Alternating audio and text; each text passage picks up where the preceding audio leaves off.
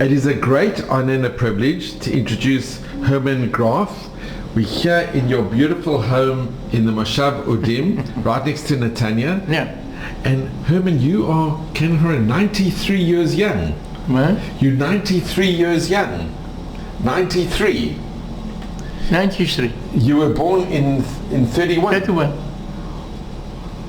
I'm 93. In the north of Holland. Yeah.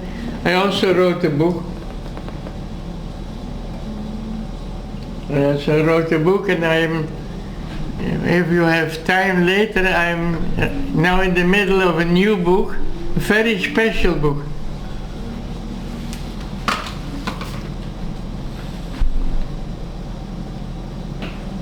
This is the book. It's called Geluk in de Zegen.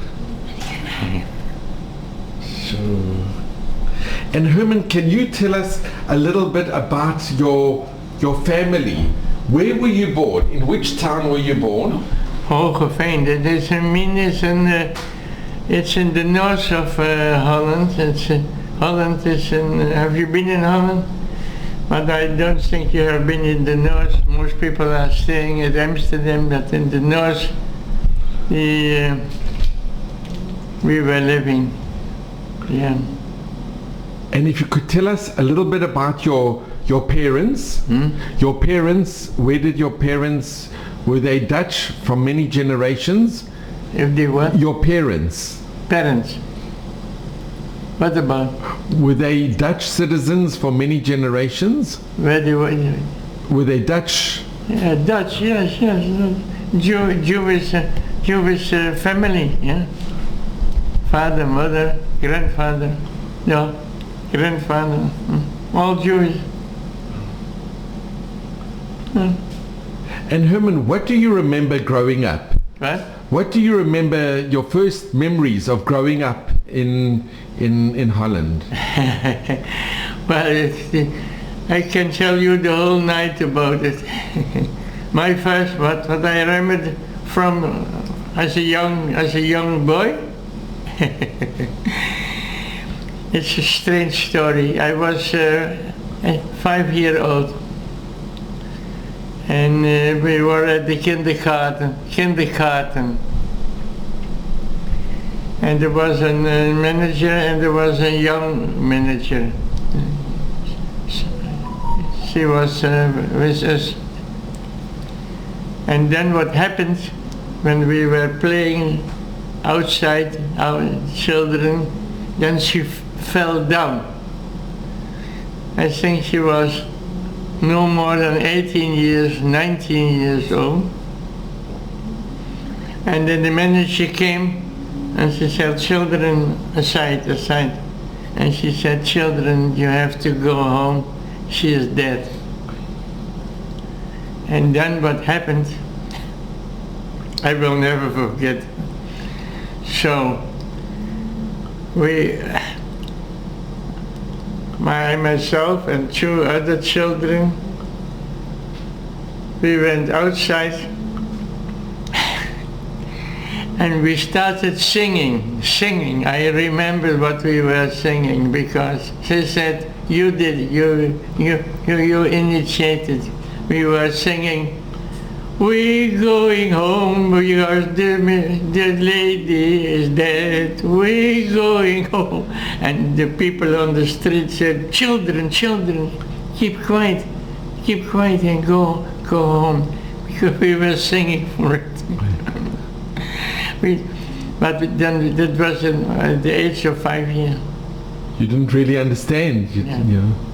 I was not even 5 years, 4.5. Yeah, that is what I remember from that time, And you see, then it was in Holland. If you're at that age and the kindergarten had a birthday, they put you a cake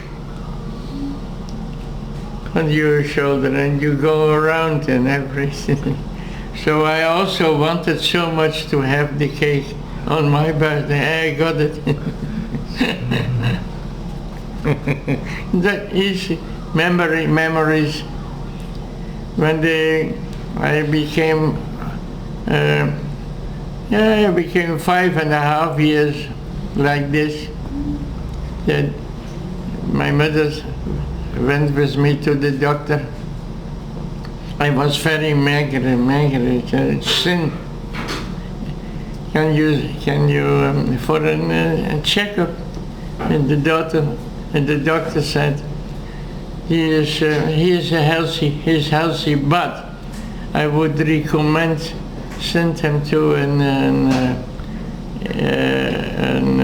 how you call it, to the sea. There is a resort for children. And I was the youngest there. I was 5 years. They were all elderly people. Yes, I remember as the day from yesterday. I also remember what happened one day. But I think you. No. What happened? What happened? One day he said, children all outside, and we all got a balloon.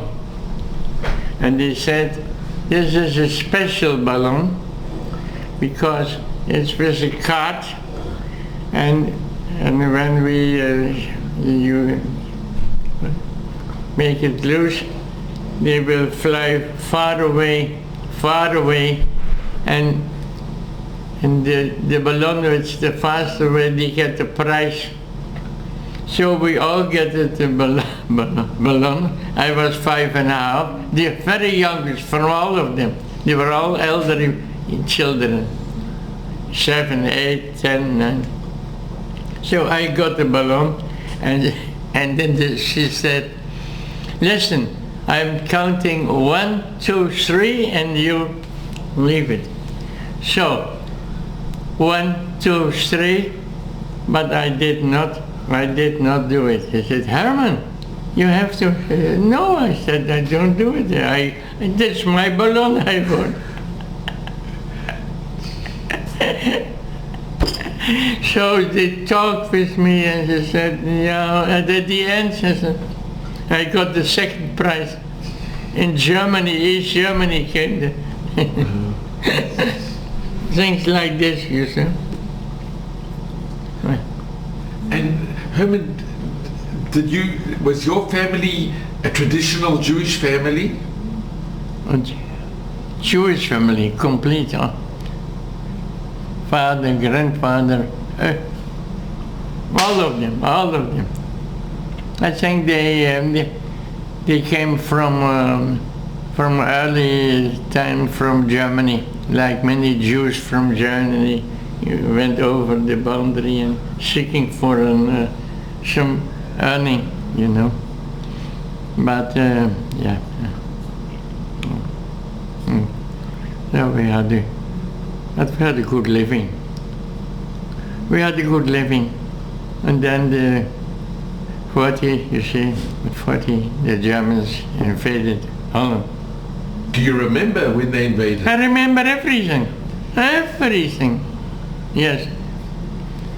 At 40, at the 10th of May, 40, they invaded Holland, the Germans. And the place where we lived was about 30 miles, no, even less, 25 miles from the border with Germany. And I remember that as a child of 9 years old, was in 40, I was playing with on the street with a girl of my age as well, Anneke. And then suddenly Anneke said, Herman, look, your father, my father, and many people are standing together. Let's go and see what's going on. So we went to they were standing and kissing, and they said, children, quick, go home. We said, why? She said, the war broke out. And then Anneke said to me, Herman, do you know what is a war? We did not know what a war was. He said, I said, I have no idea what a war is. But so we went at home. Now the next day I knew it. The Germans on horses passed our hundreds and hundreds and hundreds of German soldiers on horses past our home. And then I said, and they say you should not look outside. They said you have to close the room. But my father was curious and he wanted to see, so we could see the soldiers passing our home. On their way to 30 kilometers was a caserne from the big was soldiers. And I said to my father, look, you see, one horse, it's without a soldier. And my father said, yes, he has been shot by our soldiers. And then I knew then I understood what war was. You see, that's my first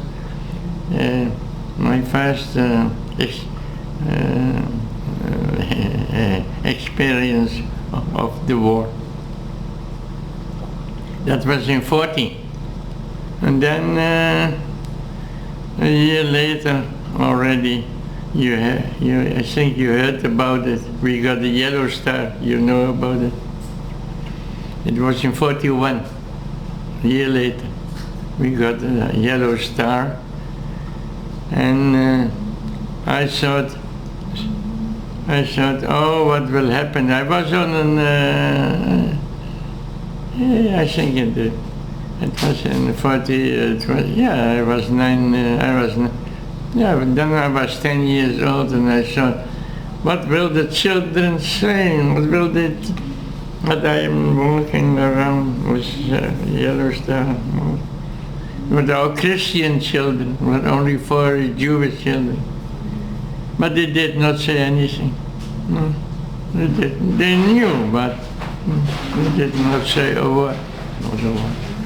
So we went on. And that was in 40. That was in 41. At that time, they put on placards for Jews not allowed to be there, not in parks, not in the bioscope, and not there, and not there, and not there, and not there. And at 8 o'clock being at home, it went. And then the parents, my father, and all the Jewish people, most of them business, they all went. We are not allowed to work anymore.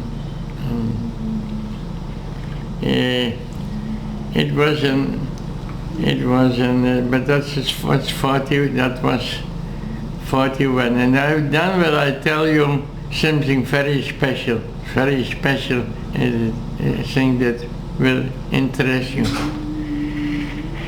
It was in 42. I'm talking now about 42.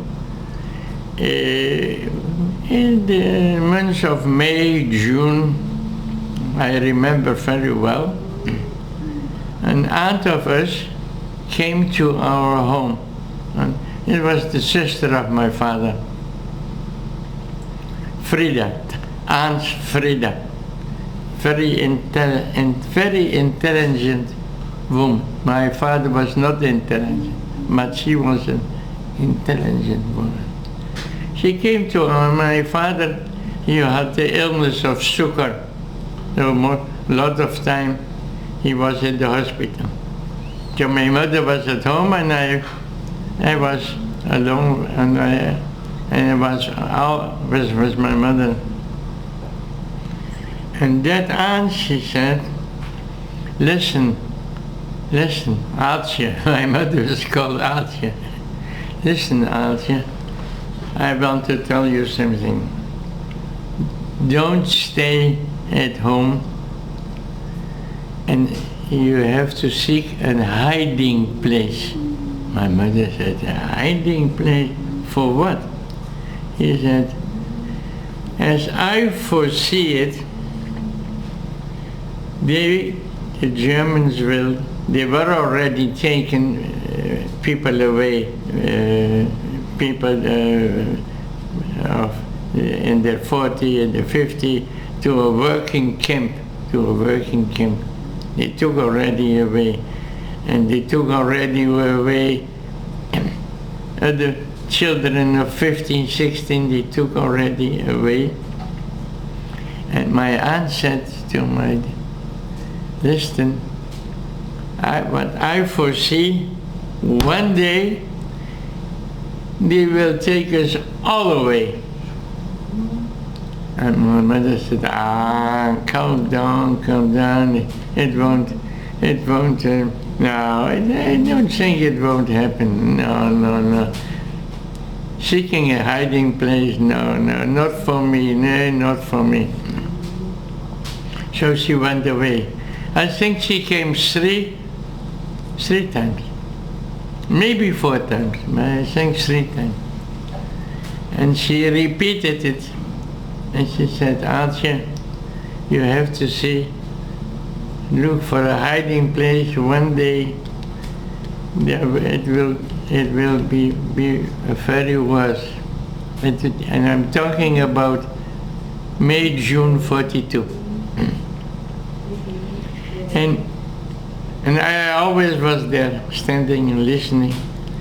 And then she said, I think that was the 3rd time, the 4th time,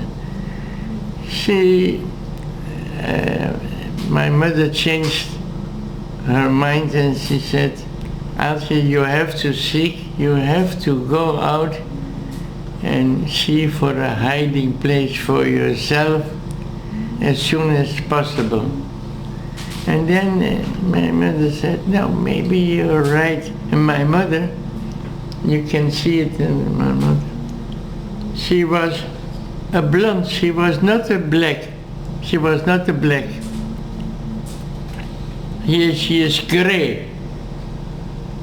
But you see here is gray, but she was unusually not black. Not black. No, that's the boom. And then she went out on the bike and to places where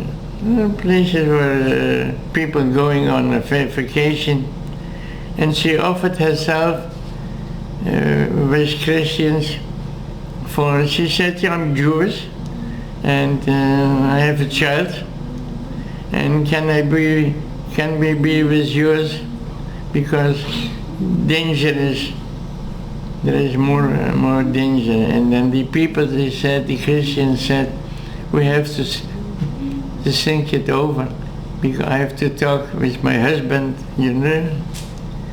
And then after a few days, they got the message, no, we won't do it. We won't do it because we are afraid for the Germans. So she did not found a place for herself, but she found a place for me,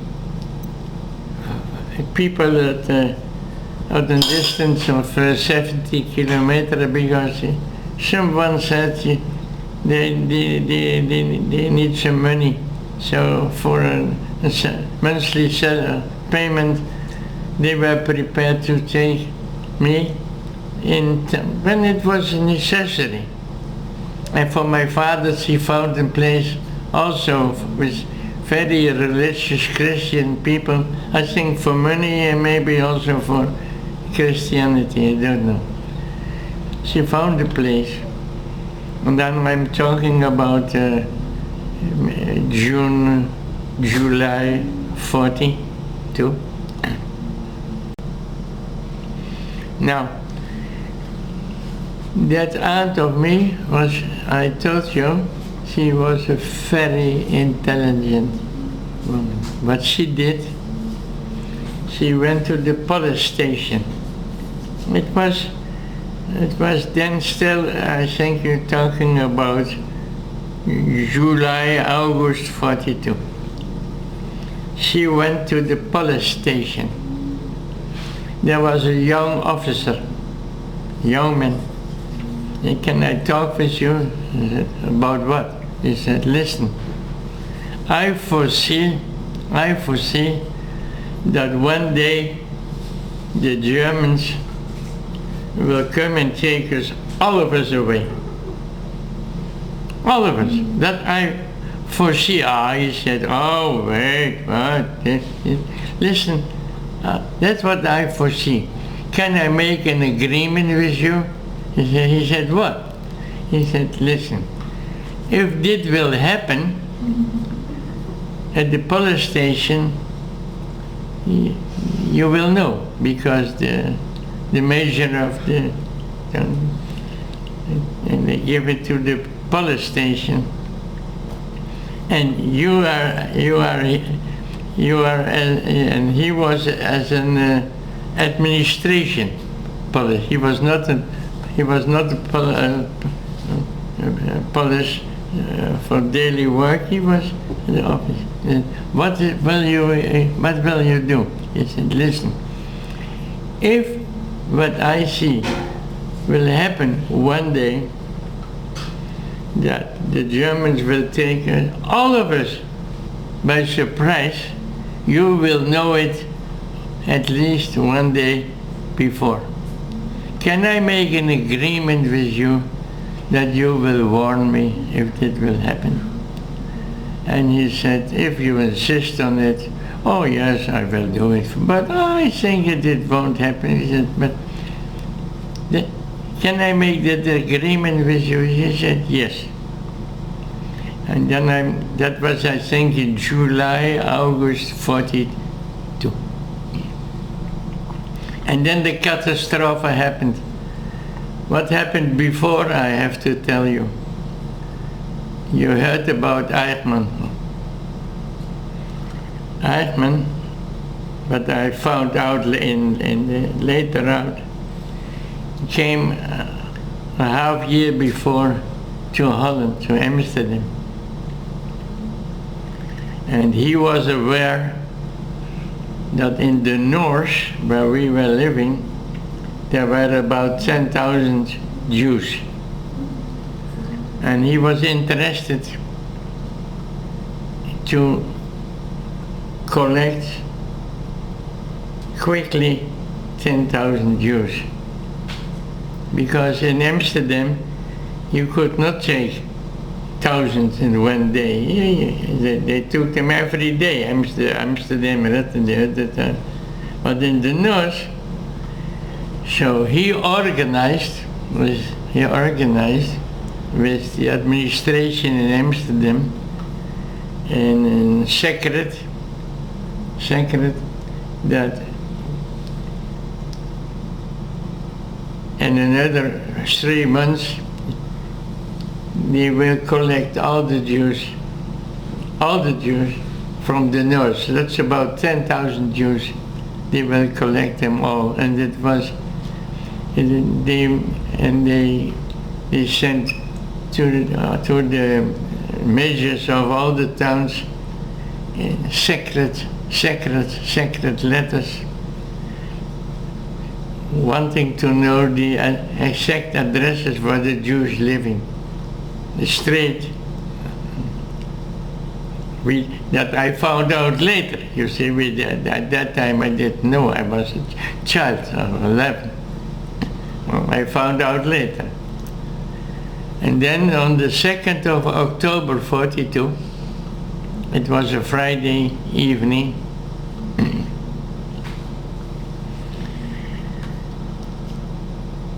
on that day, on Friday, 2nd of October 42, on the day my aunt came to our home and she said, listen, see that you not be tonight at home, because most probably tonight there will be a big call up and they will pick up the Jews, because I got a message from the agent, from the police, that it will happen tonight. He did not know exactly, but something terrible will happen. He told her this night. So she went to our home and other family members, and she said, my father was in the hospital because of his illness, but I was with my mother at home. And she said, listen, see that you not be at home tonight. But see that you can come to with a neighbor, so a Christian neighbor. My mother went to, and can I be with Herman tonight? For what? Because they said something bad might happen. If you wanted to, why not? Come to you can sleep at our home if you wanted to. So we went to their home, and at the same night, 140 people, Jewish people, they took them all. They took them all, with the exception from a certain number of people. They anticipated as well, and they were already gone. But we did not know. We did not know that at night they have been at our home as well, ringing the bell. We did not know. We were sleeping. We did not know anything what happened in the night. All the Jewish people, they all brought them to the station, to the train station, and from there to Westerbork, that's a place in Holland. From there they all went to Auschwitz, that's it. But we did not know, my mother and me. We woke in the morning, and she said, okay, Herman, we can go home. Nothing happened. We did not know that hundreds and hundreds of people passed our home at night on cars, and we did not know. So we entered the house, and she said, okay, nothing happened, Herman. I prepare you, and it was Shabbat, prepare you a Shabbat, an egg. And she prepared for herself a cup of tea.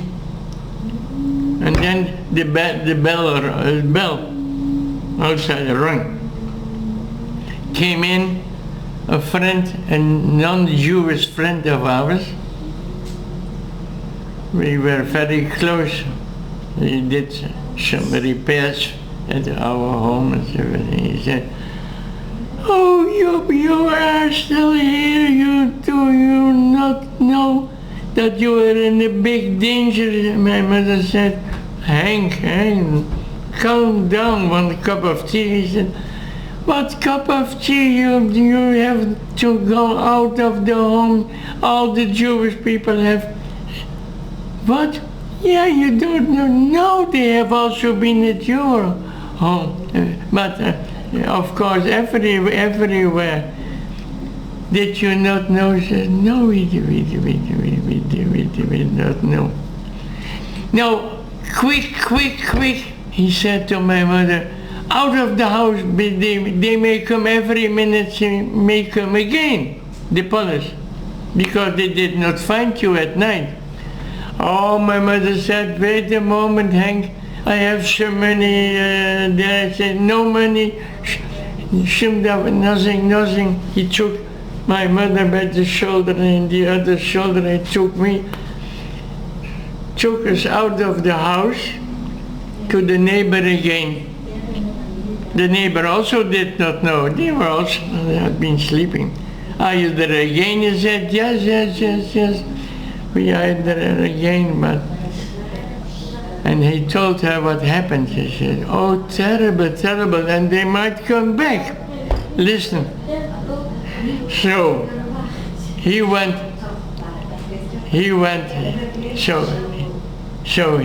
away, but it might happen that they come back. 10 minutes later, they came to our home. We heard, and there was the tea on the table and the egg on the table, and we heard them, the Polish, crying. I mean, shouting, not crying, shouting. We heard him, and my mother said, Herman, oh, they will come to us as well here. What will we do? And I said, I was only 11 years old. I was 13 years old. Then I was 13 years old. I said, we're putting in the castle with dresses over our head, that they won't see us when they were coming. To our luck, they were not coming. And so they saw the tea on the table, and they saw the egg, and they knew that we had to be very close to the house. But they did not come to the neighbor. They did not come.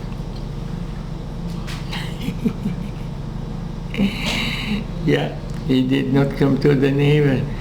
So, so that was what happened in October 42. And then my mother succeeded in sending a message to the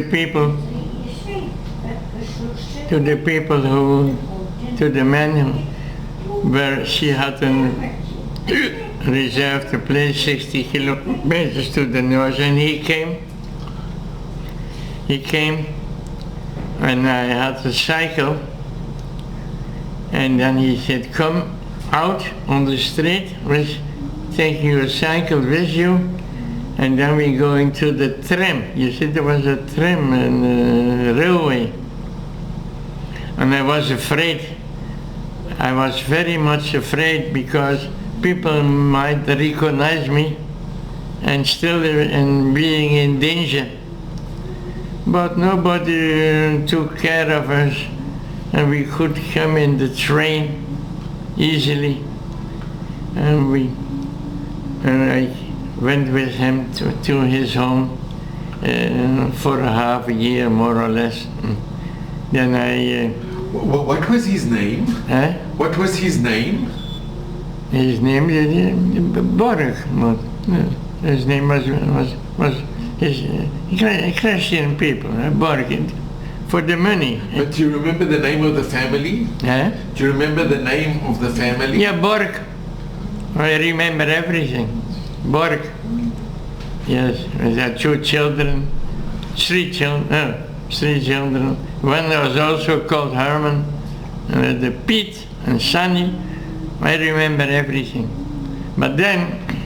Were they good to you? Were they kind to you? It's a good question.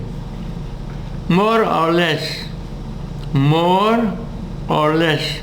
They were good. Yeah, okay, but he was a big man. And one day I had a quarrel, how you call it, with Pete. He was from my age. And then he came to us and he threw me on the floor with his foot.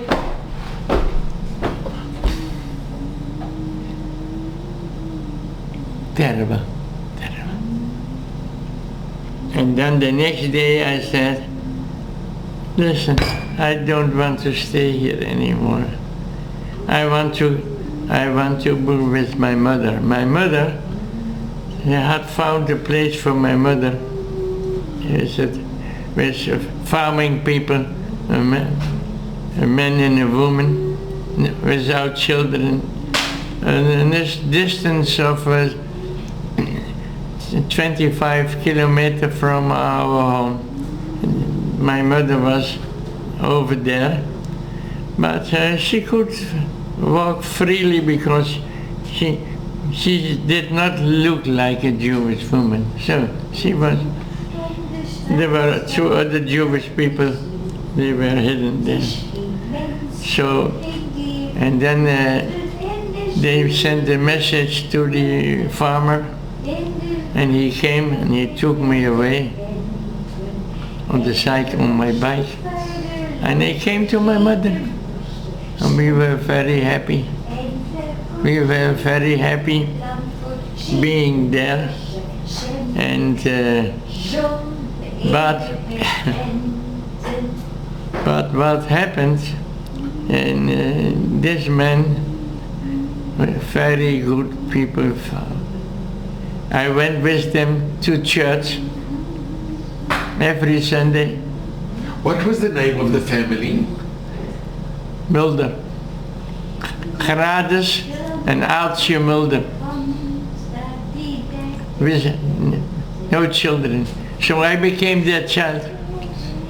And I went with them on the horse. He had a horse and a how you call it, a carriage. Like a buggy. Yeah, and we went every Sunday to the church. Was it a Protestant or Roman Catholic? A Roman Catholic or a Protestant church? And not Catholic, no. Protestant. Yeah, Protestant. So I learned all the sermons and everything. I still know, you know, and and then I will not forget to tell you that one night she sent my mother to a friendly people, and then this farmer, he invited the how you call it, a Christian pastor, the pastor. And she sent my mother away for some, so I was with them. And they said, Herman, this is a good, we want the best for you. We would advise you become a Christian. What do you think about it? You know everything in the church and the sermons and everything. And I said, let me think about it. I said, you know what? I told them, I will discuss it with my mother. And they never asked me again. It was finished. It was finished here. They did not try. They did not try to again. But this man, he wasn't such a nice man. But he started talking to people in that village. He said, "Listen, I have some Jewish people at home." We did not know. We did not know. He said, "Yeah, I hate that the Germans, and I have a few German people at home." Then one day, he came to us, a family of him. He said, "Quick, quick, quick, quick! See that you get out of the house.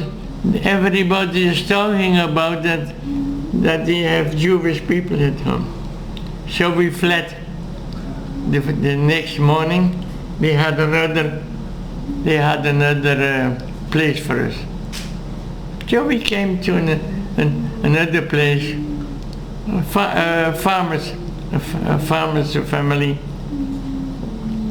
and then a farmer. That's about 20 kilometers from there, and we could be. We went. There was a farming family, and they also had a pension for people being there in the forest.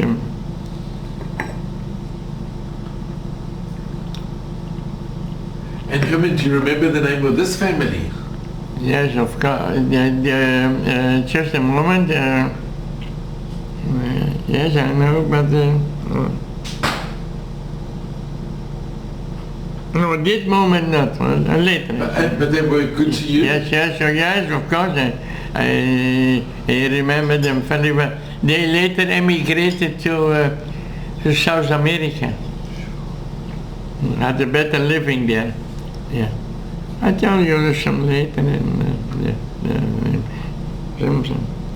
but and also there we could not stay for a long time. There were rumors that other people might know that there have Jewish people at home. So we came to that. We came with the assistance of the Christian people. They were good Christians. They became the underground. They be against the Jewish. The German. Yeah. And the resistance. And they took us away and brought us to other places. So there we were. And as I did not look Jewish, and my mother not at all. So we were freely walking outside without any problems there. Without any problems. But in a later stage, we could not stay there for some. They became because of the neighbors, and the neighbors they were pro-German, and he said it's better not, and they were already informing about us, and they said better to go. And then we came with a family. Yeah, I'm laughing, but then I was not laughing. We came to a family, also 30 kilometers from there, and a woman with three children, and her husband was also in the resistance, was not at home. So also there we could stay there without, because my mother and me, my father was at another place, and he was black, and he was in a place where he was hidden, but not there, in 60 kilometers from there. But my mother and me, we were there. And then what happened, I will never forget. One night, my mother awoke me. She said, "Herman, finish. The Germans are there." The whole house was surrounded, maybe 30, 40, not Germans, Dutch collaborators. And then already I heard there were illegal papers, and at my age of 14, I already knew about the Auschwitz gassing. You already knew? Yeah, I knew.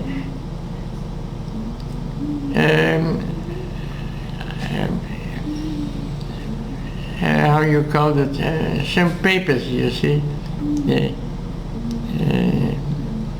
clandestine papers. They talked. They were written about. I knew anyhow that Jews were guests.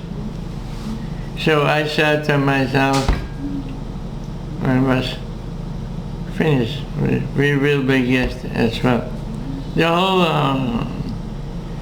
but we were lucky because the police came in the house, and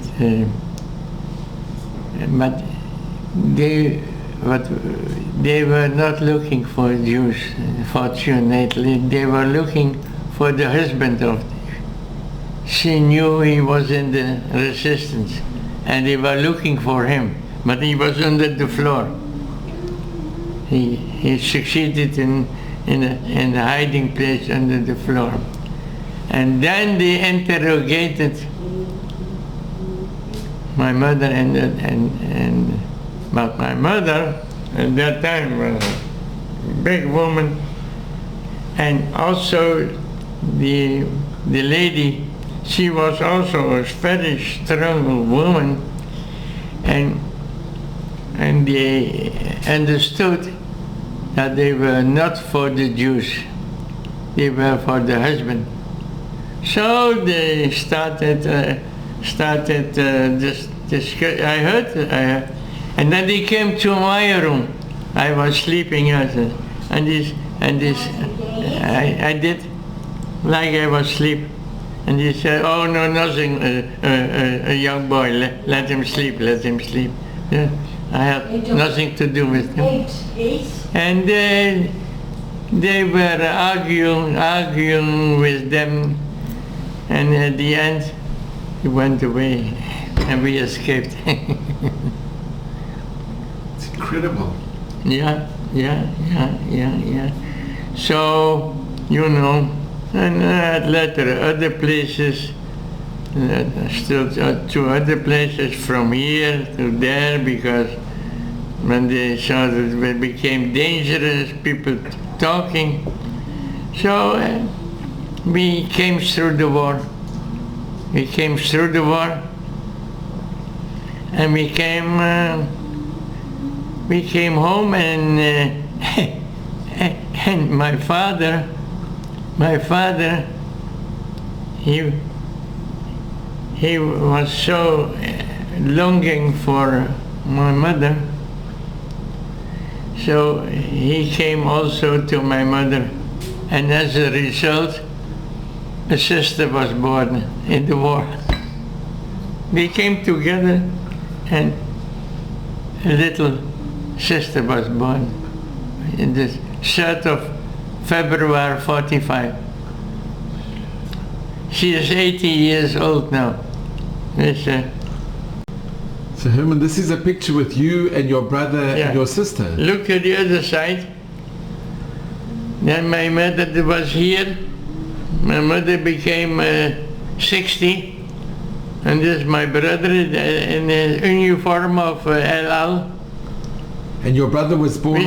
We did a celebration here. Your brother was born after the war? He was born after the war, your brother? Yeah.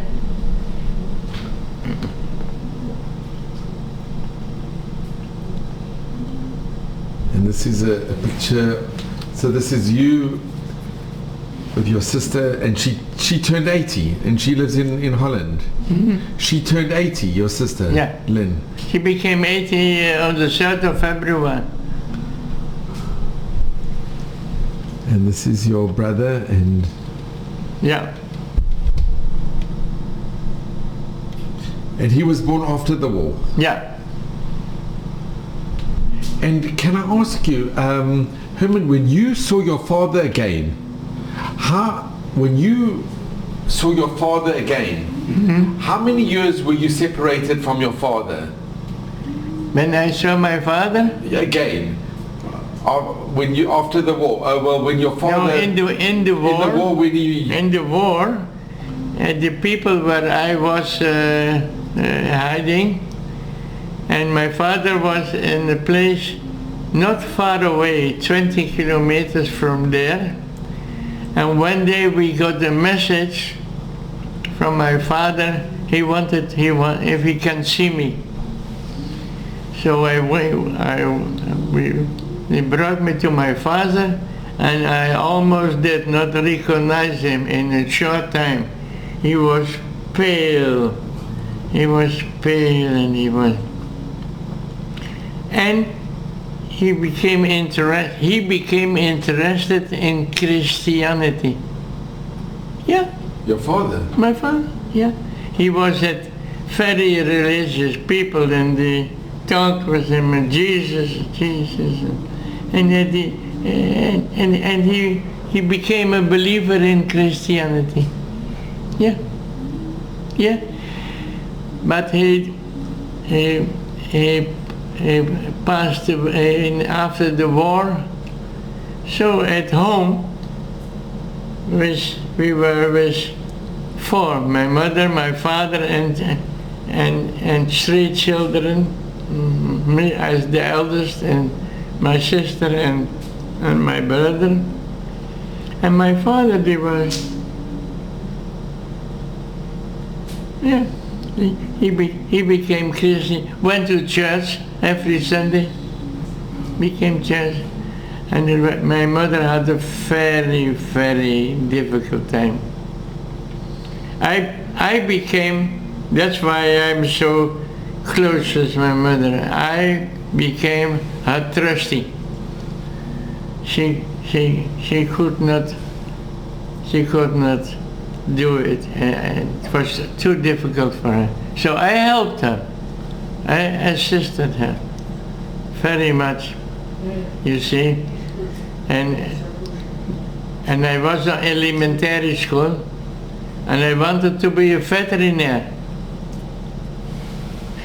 But as I noticed that my father could not make a living, he had sugar in a very strong way, with injections and diet, and most of the time in the hospital. So I decided not to become a veterinarian, but learning the profession of my father. But not with my father was a cattle dealer, like many other families, cattle dealer. And a profession what I did not like at all. But I noticed that you can make a good money, you get a good earning. So, at the age of 15, I became the youngest cattle dealer in Holland. 15 year old. I learned the profession with an uncle, and then later with his son. I did not want to learn it with my father. My father, he was a cattle dealer, but not so successful. He made some money for a living, but the family, they were rich people. My uncle and my... What happened? I learned the profession which I disliked. I did not like that profession, but it was the only way to help my family making a living. So I said to myself, I have to learn the profession well. So I learned the profession. And not only that, I was successful in the profession. I made good money. I earned good money, more and more and more. And I thought to myself, at the age of 20, I had the opportunity to buy 20 acres of land. And I had not all the money, but with some help of a little bit of the bank, and not from my father, he had no money. And I bought my first 7, it was 10 acres, yes. I bought them. So, and then I put cows on it. And so I made more money. And I made still more money. And then I succeeded in buying a big farm with 30 acres, meaning a big farm far away. By incident, I met a farmer where I used to buy sometimes a cow, and I asked him, I will remember, do you have a cow for sale? Today I said, no, I have a farm for sale. A farm for sale? This farm? He said, no, not this farm. Far away. You want to sell it? I said, yes, I want to sell it. How many acres? He told me. And he said, how much you want? How much money you want? He said, there's also it's a big place, but the farm is not worth anything. It's you have to remove it. It's not worth. But the land, how much do you want for it? He said, he told me the amount what he wanted. I said, it was a fair price. It was a fair price. I said, can you tell me where it is? He said, yeah, there and there, far away. That's fine. But I came to the place and, very big place, indeed the farm was nothing. You could see it. You could see it, but so the price he wanted, it was a bargain. It was a bargain. So I said to myself, I have to buy it, but I had not the money. I had a certain amount of money, but not. So at the bank, they did not want to help me because of the farm was. They were not looking to they were looking to the farm. The farm was nothing. They did not want to help me. So, but I said to myself, I have to buy it. I have to buy it. So I went to a farmer. I know he had some farmer. We did some business with him. I told him, can you help me? He said, how much is it? I said, no, a third of the amount. He said, I will help you. To my luck, it was decided that we would put it on with the notary, everything, 2 months later. That was my luck. So I tried here, but I said, okay, the farmer will help me. This is okay. But a fortnight before, I had to pay all the money.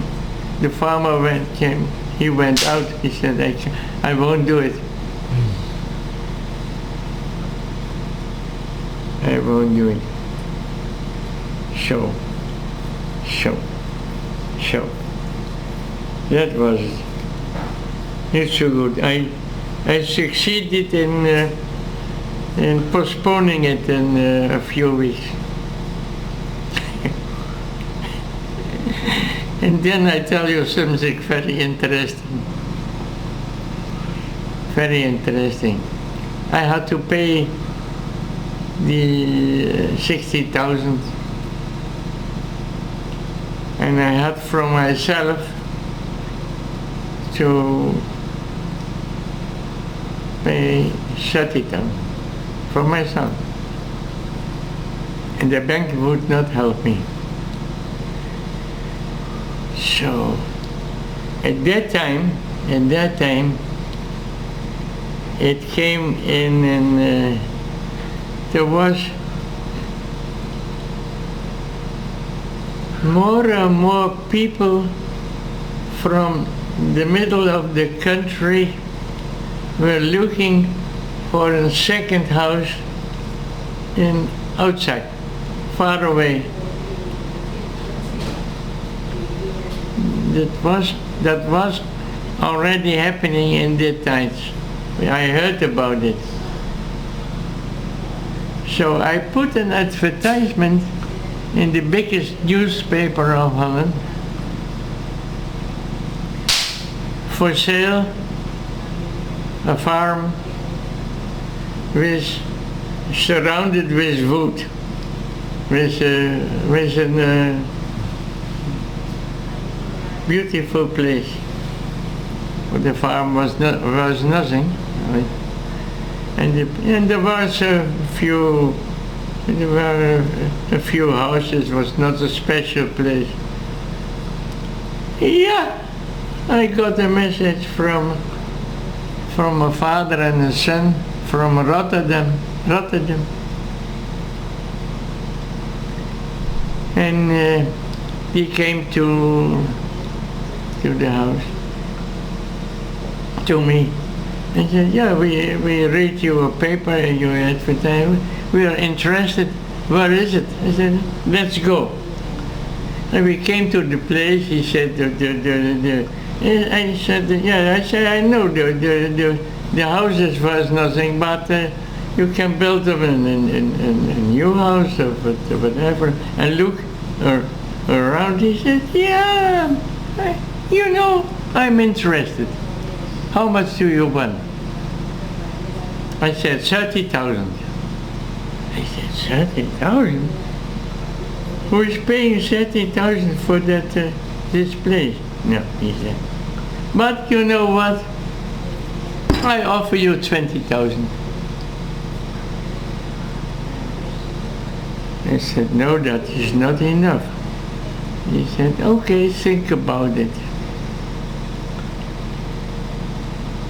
I will keep in contact with you in another week, what you will decide. And then I said to my wife, I said, what do I have to do? Accepting the 20,000? I think it's the best, but then I'm still missing a 10,000. Soon I had. And I said, you know, I said to my Ines, I said to my wife, I said, you know, I take a chance. But he would phone us a week later. He had told us, you think about it, 20,000. And you also can phone me. If you agree, then you can. And I did not sleep a whole week. I could not sleep. And I said to myself, will I do it? Will I not doing it? Doing it? Not doing it? And at the end I said, you know, to myself, I'm not doing it. Maybe. And the last day that he would phone, we got a call from him. He said, listen, Mr. Braaf, we'll take it like you want, 30,000, you can. And then, only 8 days before the end of the contract, I could pay them. And we, you know. Herman, it's amazing. Yeah. Herman, can I just ask you, when the war ended, and did you go back to your town? What? When the war was finished, when the war ended in 45, did you go back to your town? where you grew up in? It took a week before we came back to our town, and we could not enter in our home because it was occupied by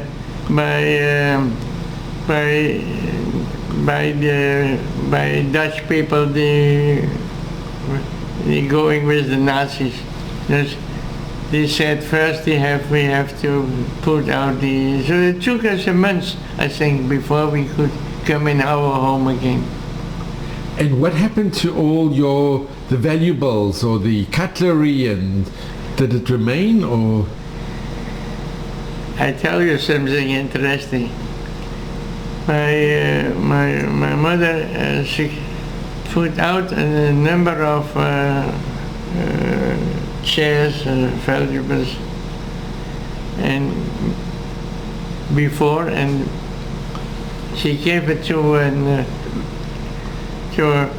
family 3 houses from away. He was a veterinarian, and we could bring it to them. They would keep it for us. Other people, they keep it. And when we came back, my mother said, go to that family and see that you can take it back. So I went with my friend. We were 14 years old. And the woman opened the door. What do you want? She said, well, my mother said she has some furniture here. Oh, yeah, over there. She was angry. She was angry, but we got it back. You did get it back. Yeah. And Herman, what happened to the rest of your family? Did you have uncles and aunts or grandparents? Yeah.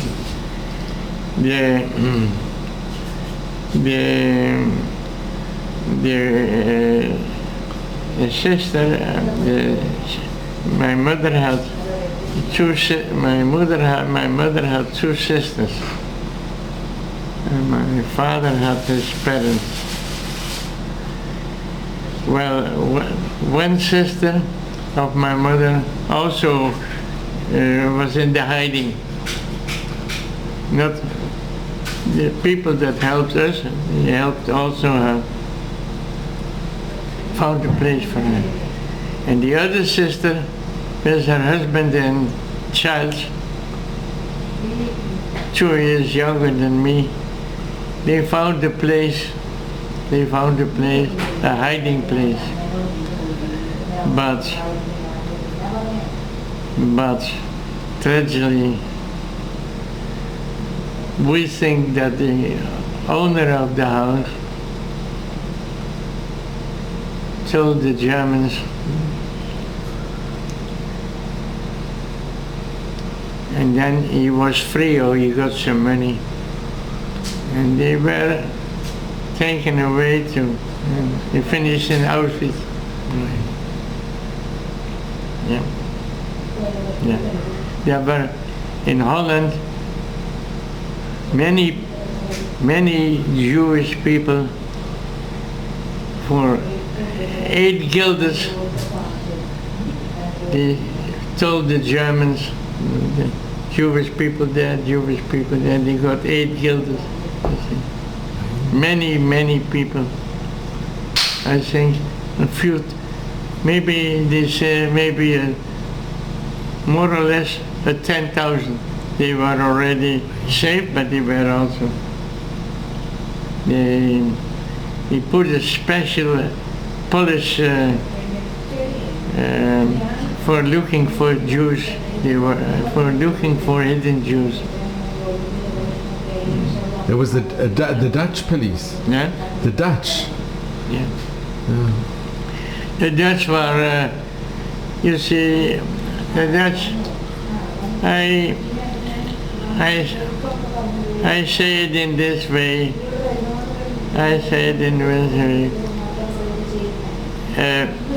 two-thirds of the Dutch people were not interested and to they keep themselves outside and they were not involved. But one said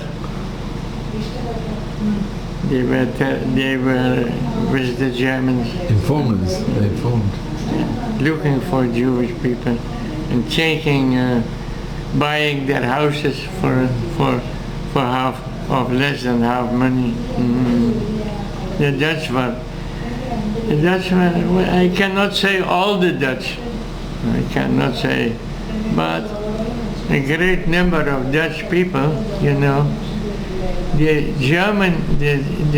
Dutch government, when the Germans invaded Holland, the Dutch government, together with the Queen and the mother and the children, flew away. They flew to London and to Canada. They flew away, and so the other Dutch officials they had to work with the Germans, and they were very strong with the Germans. They were with the Germans. They were no better. They were no good. They say about 70% of all the Dutch were sent to Westerbork and then to the camps. It's a very high percentage. It's terrible. 102,000.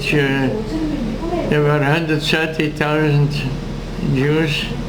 102,000 have been deported. Did not came back. 102,000, the greatest number in Europe, and I mean in greatest number in percentages. But look, Herman, then you have the opposite side. What? You have the reverse, where you were saved and your mother was saved and your father was saved by righteous Gentiles. Yes, that is that were the good people, the good Christians people.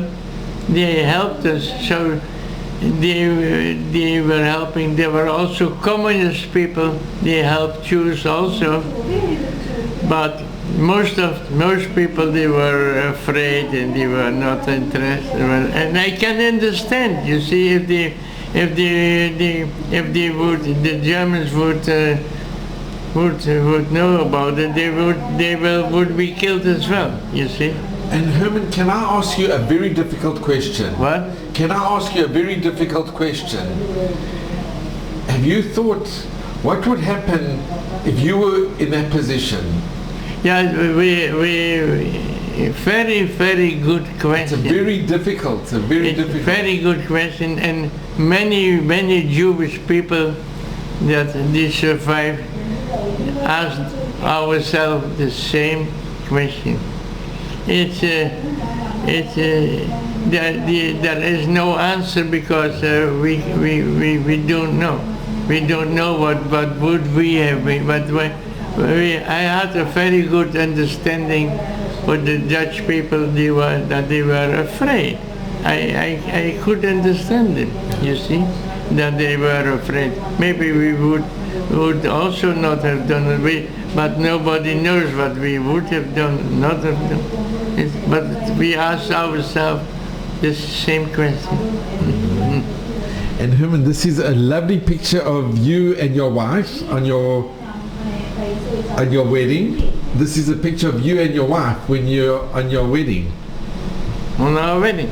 Yeah. Where did you meet your wife? Huh? Where did you meet your wife? One night, there was and after the war there was a celebration of all the people coming back from hiding, etc. There was a big, and a friend of mine said, "Come with me and there over there." Oh, but yes, a nice evening, you will see. And there's also a cousin of my wife is there, maybe. And other people. Now, I can't. What happened, I tell it in a short way, it is very interesting. I came in that evening, entered the hall, where maybe 200 people were, maybe, I don't know, celebrating. And I saw what was now Ines, my wife is called Ines. There was a girl sitting on a chair, like you, not with you, opposite. And I looked to her, and I was at once, but from a distance, I fell in love. I fell in love with her. I had never been in love before. I had many girls. I mean, I was friendly with them, but I had never been in love at the age of 22. Never. But I fell in love with her, and I went to her and may I have a dance with you? And she said, oh yeah, why not? And we danced again, and others danced with her. And I said, can we have a meeting?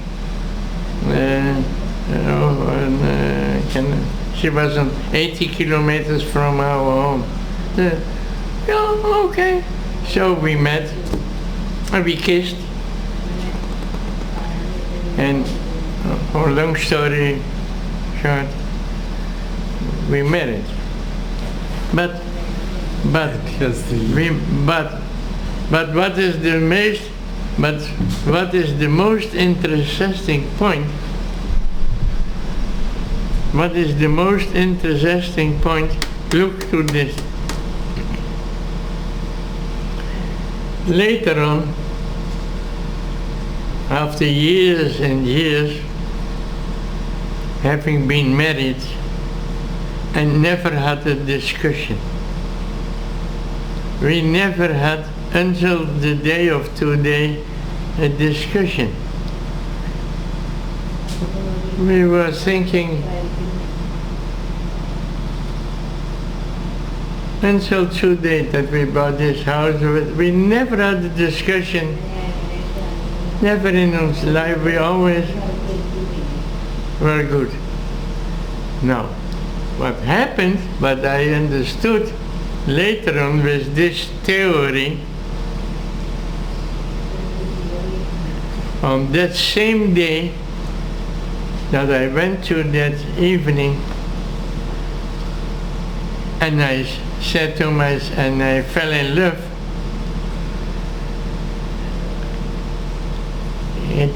I did not fall in love. I mean, that's what I said to myself, and we got married. But what happened, I met someone, she was also born at A. We have the same, exactly the same attitude. We had never in our life a discussion. You mean argument? There was no arguments? No argument. No, I mean, never. Never in our life, because she is from A as well, and that's why what I thought that evening I fell in love, and maybe it's okay, but in reality I met someone, she was born at A as well. And how many years have you been married? Man? How many years? 67. Cain and Horror, wow. And was your wife also a survivor? Huh? She was also a survivor? Yeah. She was hidden as well? With her parents. She was with her parents also surviving the war because were helped by Christian people. Good Christian people. Saved the family. Like us. And Herman, when did you come to Israel? At 65. When you were in... I was 44 years old. I had a very successful business. I won't say I was a millionaire, no, I was not. But I had a lot of land, was a lot of money. But I was a Zionist at an early age. Zionist at an early age, a Zionist. And I said to my wife, I said, and we had 2 children.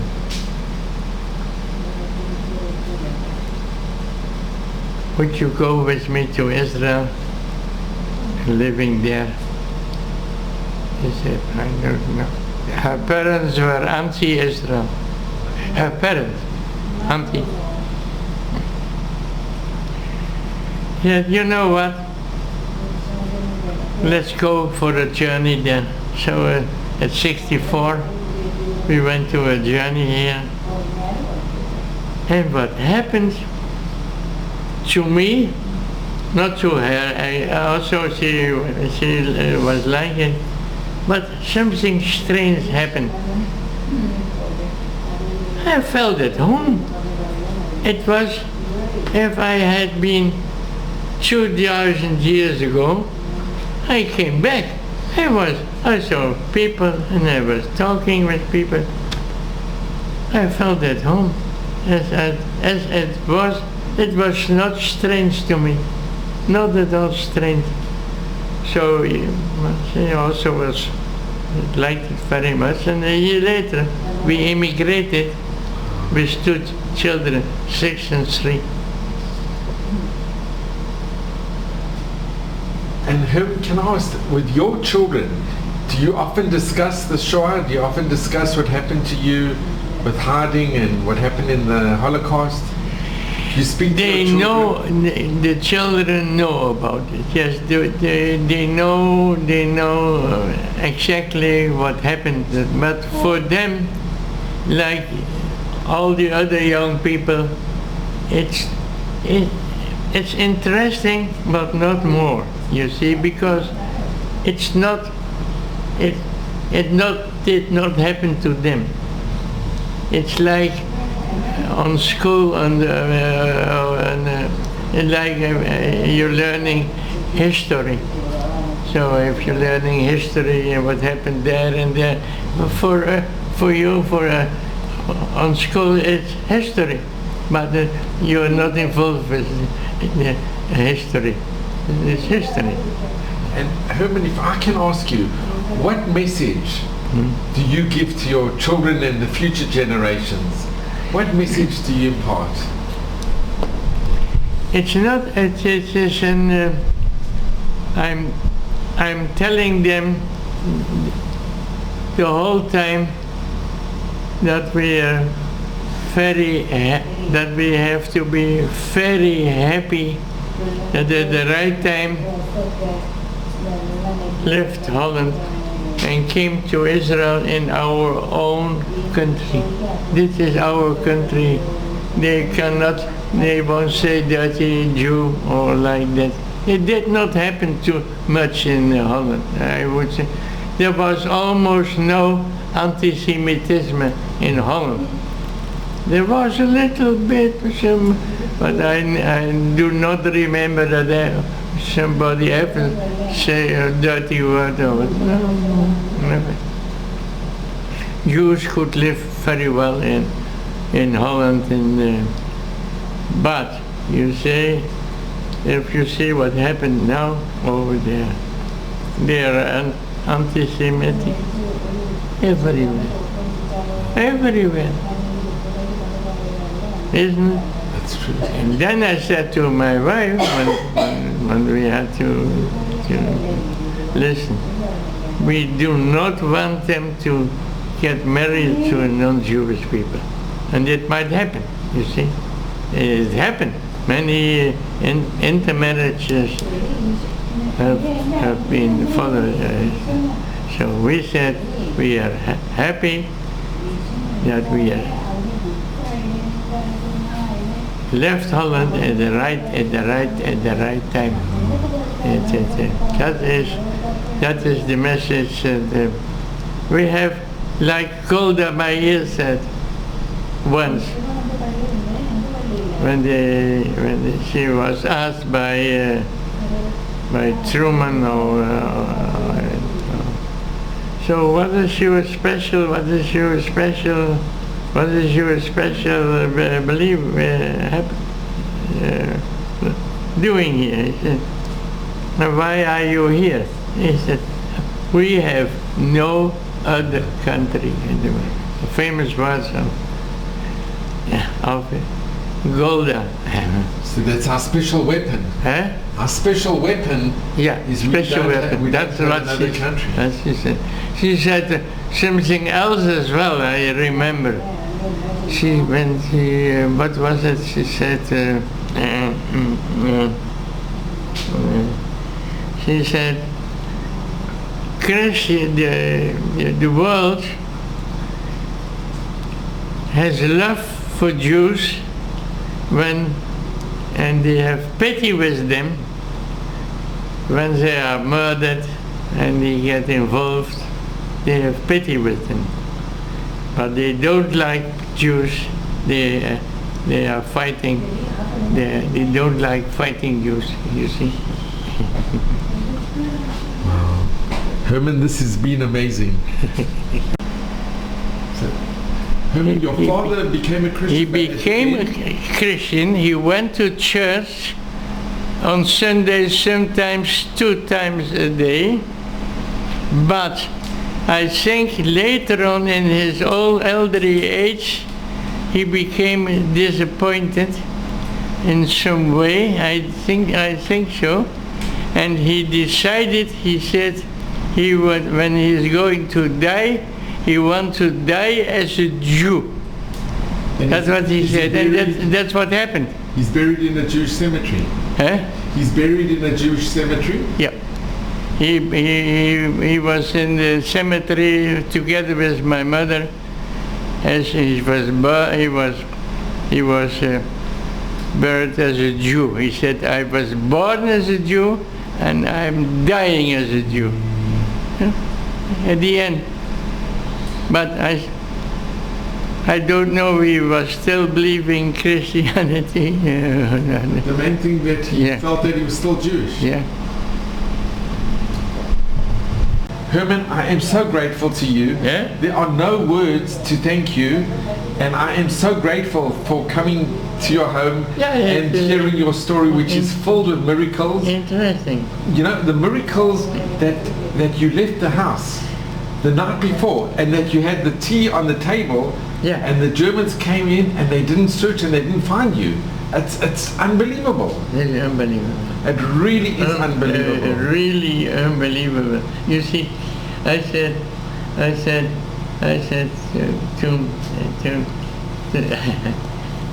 to myself, at that time, we were lucky 3 times. We were lucky 3 times. The aunt was coming. She was an amazing woman. She had such an insight. Really an amazing woman, yes. She also warned other people, family, and they also escaped. And another one, he did not want to go, and he was murdered in Auschwitz. He did not want to, because you know what the people in Holland said. Most of the people in Holland said the same thing. No, we are not afraid to do some work. They thought they would be working in Poland with potatoes. That was.